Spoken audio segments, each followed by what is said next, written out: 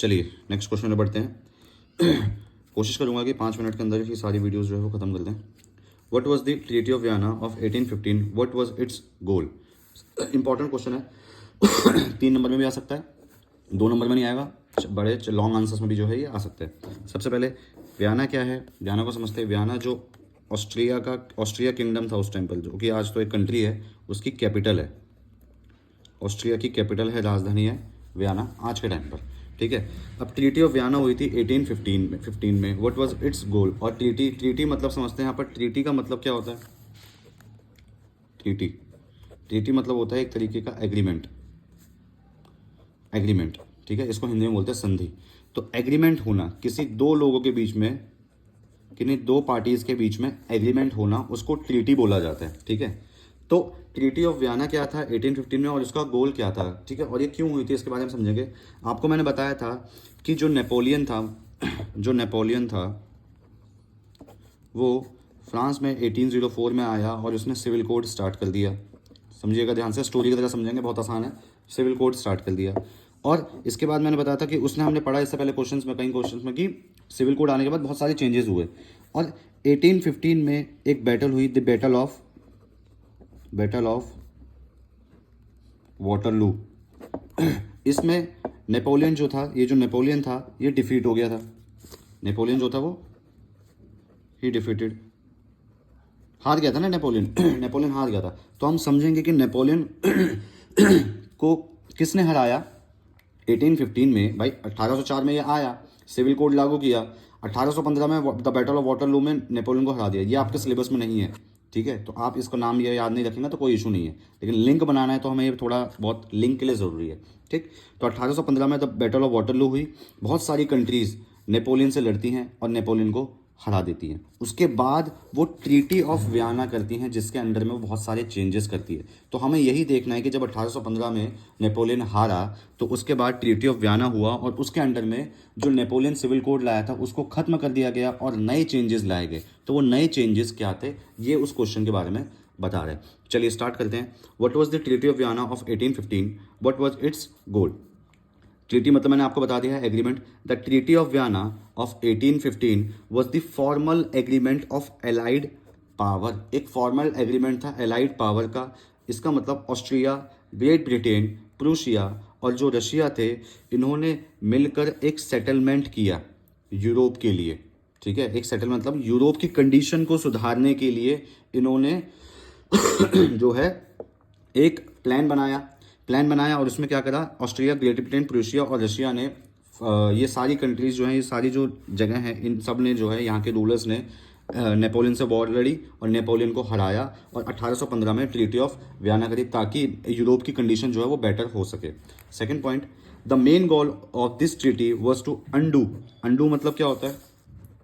Undo मतलब हम computer में भी यूज़ करते हैं, इट मीन्स रिमूव, हटा देना या मिटा देना।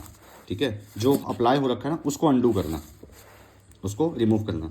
The main goal of this treaty was undo all the changes that were brought about in Europe during the region of Napoleon wars। Simple सा मतलब है इसका कि मेन गोल क्या था ट्रीटी ऑफ वियना का, कि उन सब चेंजेस को रिमूव करना, अंडू करना, जो कि नेपोलियन के टाइम पर जो चेंजेस करे गए थे। मतलब सिविल कोड में जो चेंजेस हुए, सिविल कोड के अंडर में जो चेंजेस हुए थे, तो 1804 में जो चेंजेस हुए थे उसको अंडू करना, उसको रिमूव करना, ये मेन गोल था ट्रीटी ऑफ वियना का, ये मेन गोल था। ठीक है, अब इसके साथ साथ और क्या चेंजेस हुए, तो मतलब नेपोलियन वॉर्स में, नेपोलियन कोड में जो चेंजेस हुए थे उसको अंडू करा under the treaty of Vienna. Next point, the Bourbon dynasty which had been deposed during the French Revolution was restored to power। Restore मतलब होता है पूर्णतः दोबारा से शुरू करना।